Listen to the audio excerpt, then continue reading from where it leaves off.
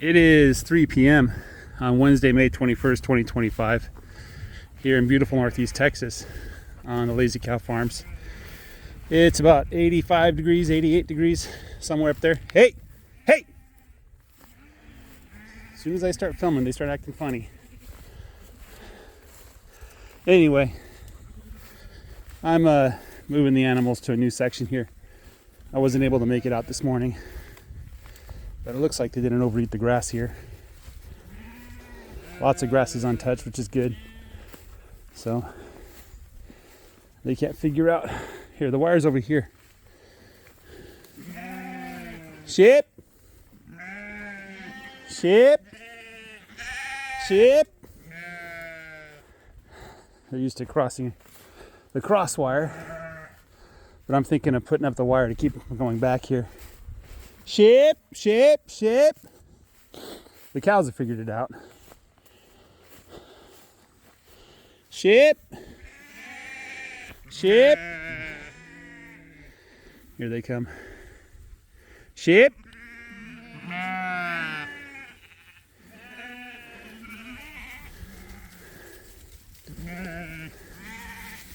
Sheep! There they go.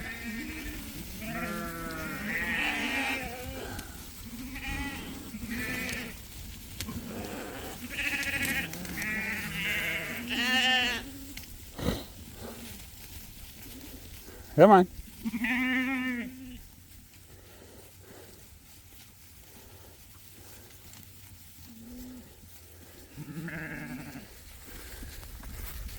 All right, they're all moved now.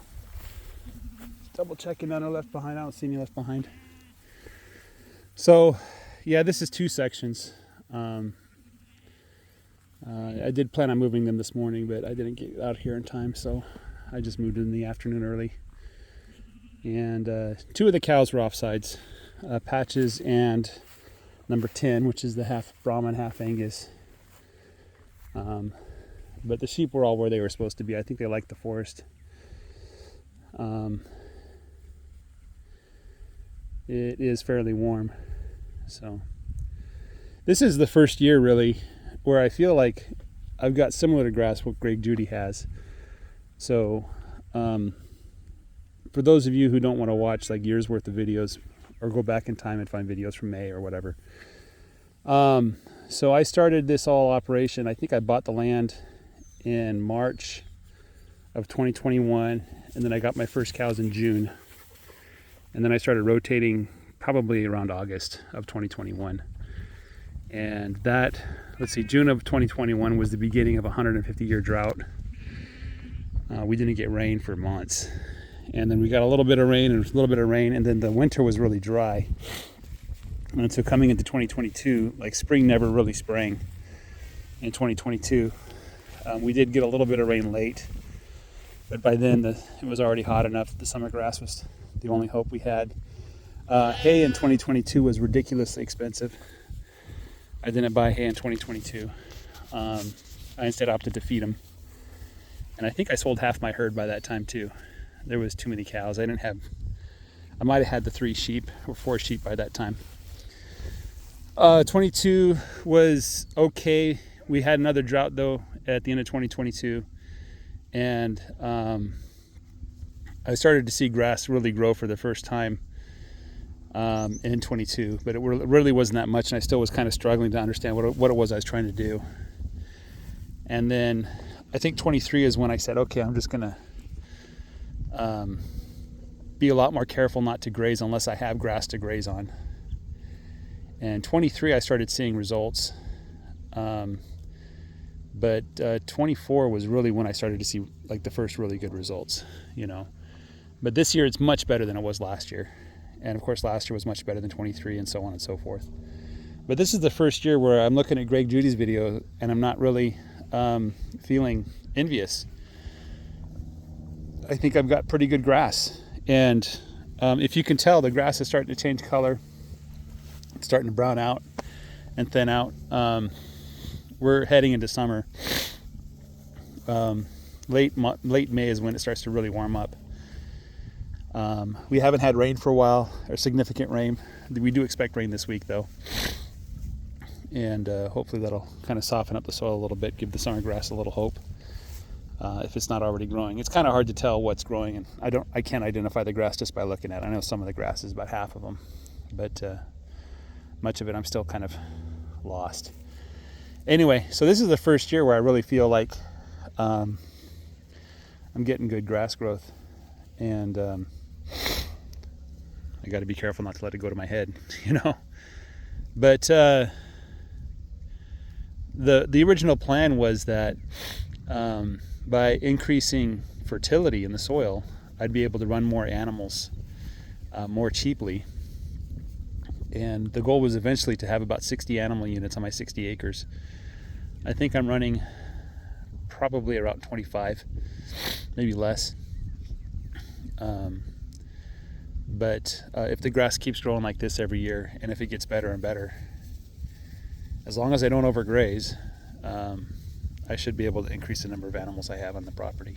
I was looking to increase the number of sheep, have half the AUs dedicated towards cattle and half towards sheep. So the cattle is going to be probably just keep it at 20 cows and keep all the steer, and then sell the steer in their third year as grass-fed. It takes time as recent video Greg Judy explains, it takes time. You can't really rush the grass-fed steer because they have to develop that fat, and that doesn't build up overnight. And you want it to be built up with that, you know, the grass rather than grain. Otherwise, you kind of defeat the purpose of a grass-fed animals. So we were enjoying a steak last night, and it was kind of tough, and maybe it was because I didn't let it rest long enough, or didn't let it rest at all, really. But I was thinking that I'll be pretty disappointed if I do all this work to get grass-fed beef and the beef comes back as tough and hard to chew. But the point isn't necessarily that the grass-fed beef is more tender than the grain-fed stuff. It's probably not going to be. Or that it has more marbling or fat. It's not. It's that it has those nutrients that you won't find in a grain-fed program. And those nutrients only come because the bacteria and the funguses in the soil can do their job in providing the nutrients in a form that the plants can take up, and the plants focus on their secondary processes, not just the primary process of growing big and making lots of, you know, solar receptors, but developing all those other nutrients and chemicals that they grow. Increase their resilience against insects, and increase the nutritive value, the nutrition of the grass.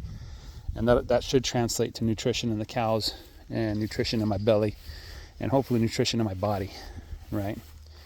So that's the goal. Anyway, it is a lovely afternoon, just quiet, a little bit gentle breeze blowing, and was thinking of coming back here with a chainsaw and cutting things up, but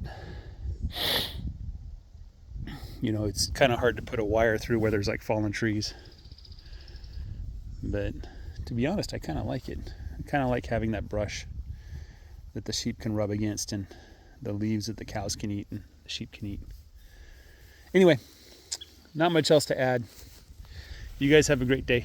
Take care, and bye-bye.